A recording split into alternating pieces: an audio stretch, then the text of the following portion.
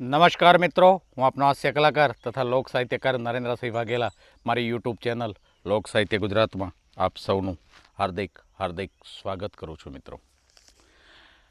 મિત્રો હમણાં એક ટીચરે ટીનાને પ્રશ્ન કર્યો કે તું 2 દિવસથી સ્કૂલમાં કેમ નથી આવતો?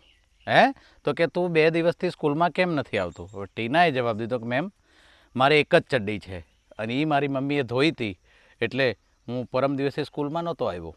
તો પછી ગઈકાલે કેમ નહોતો આવ્યો? શિક્ષિકાએ પૂછ્યું કે તું પછી ગઈકાલે કેમ નહોતો આવ્યો? તો મેડમ કે ગઈકાલે તો હું દફતર ખંભે કરીને નીકળ્યો હતો, પણ આપના ઘર આગળથી નીકળ્યો અને આપણા ઘરની આમ નજર કરી ઘરની સામે તો ત્યાં આપની ચડ્ડી હુકાતી હતી એટલે મને એમ કે આજે ટીચર નહીં આવે એટલે હું પાછો વળી ગયો ત્યાંથી. આધુનિક છોકરાઓ.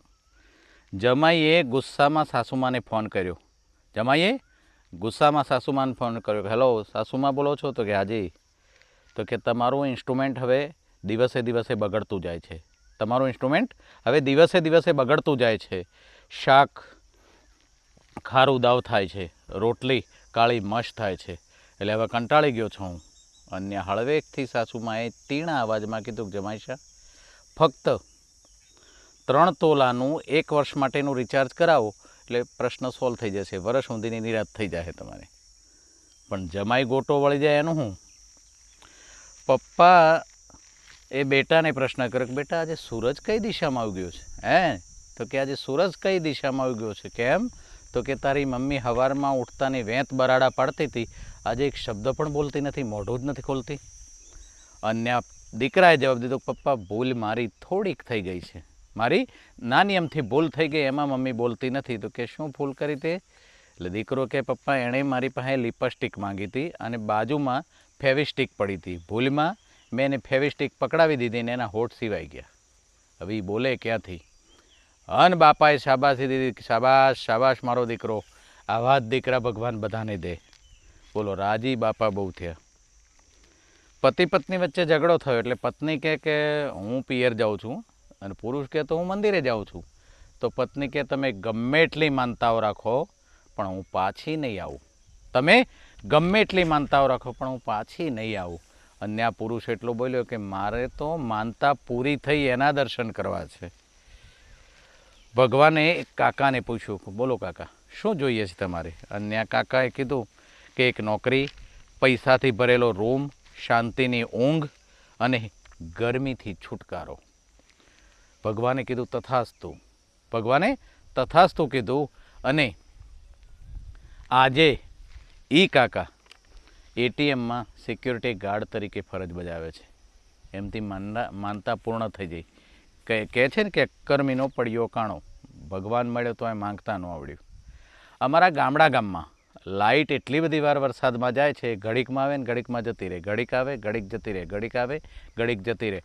એટલે હવે પંખો કન્ફ્યુઝ થયો છે કે મારે સારું ડાબી બાજુ ફરવું કે જમણી બાજુ ફરવું. પણ પંખો ભૂલી ગયો કે મારે કઈ બાજુ ફરવું. કાલે અમારી ભેંસ ચારાના ભેળા જીઓનું સિમ કાર્ડ ગળી ગયો અને ત્યારથી અનલિમિટેડ એ દૂધ દે છે અને અનલિમિટેડ પોદળા કરે છે. અમે ડૉક્ટરને જાણ કરી, ડૉક્ટરને ઘીરે બોલાવ્યા અને પૂછ્યું કે ભાઈ આમાં કાંઈ રસ્તો? તો ડૉક્ટરે જવાબ દીધો કે 28 દિવસ સુધી આમ જ હાલશે. 28 દિવસ સુધી આમનું આમ જ હાલશે. હવે લેખકે એની પત્નીને કીધું હું તારા માટે કેટલું બધું લખું છું. તો કે હું તારા માટે કેટલું બધું લખું છું. આ તારી જુલ્ફો, આ તારી મદહોશ આંખો, આ તારી મસ્તી, આ તારો ડ્રેસ, આ તારી સાડી, કયામતથી કયામત છે ઉપરથી નીચે સુધી તું, અને તું મારા માટે કેમ કાંઈ લખતી નથી? અને આ પત્નીએ એટલું કીધું તમારા માટે લખવું તો શું લખવું? ને કે તમારા માટે લખવું તો શું લખવું? તો પત્ની કે તમારા માટે લખવું તો શું લખવું? આ મુચ્છડ, કબૂતરના વીંખાયેલા માળા જેવા વાળ, ઉત્તરાયણના ગૂંચળા જેવી દાઢી, ગોળા જેવું પેટ, અરીસાની જેમ ચમકતી ટાલ, રાડ્યું પાડવા છતાં ન સાંભળે એવા જલેબીના ગૂંચળા જેવા કાન, માવા ખાઈ ખાઈને મકાઈના દાણા જેવા પીળા થઈ ગયેલા દાંત. આમ લખવું મારે? અને આ લેખક કે રહેવા દેવો, એ બધું તારા બાપાને માટે લખી નાખજે. પતિ પત્ની કાર અકસ્માતમાં મરી ગયા અને પતિ ભૂત બન્યો અને પત્ની ચૂડેલ થઈ. હવે થોડા સમય પછી પતિ પત્ની સુમસાન એક સ્મશાનમાં મળ્યા. અન્ય પત્નીએ પતિની સામે જોયું અને કે કેવા લાગો છો તમે, તમે ભૂત બનીને કેવા બદલાઈ ગયા છો.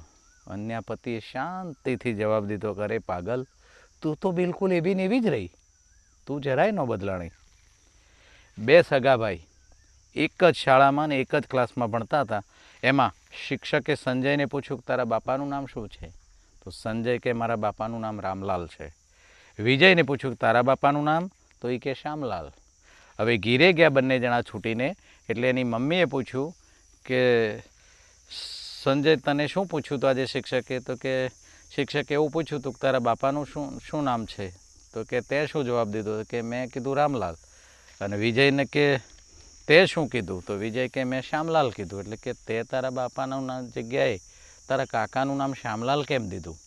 અને સંજયે કીધું કે વિજય એમ કહેતો હતો કે તું બીજું નામ લખજે હો, નકર સાહેબને એમ થશે કે તે મારામાંથી કોપી કરી છે. Thank you very much. મારી આ જ શૈલી આપ સૌને પસંદ આવતી હોય તો ચોક્કસ મિત્રો મારી ચેનલને લાઈક, શેર અને સબસ્ક્રાઈબ કરશો અને કરાવશો. જય માતાજી.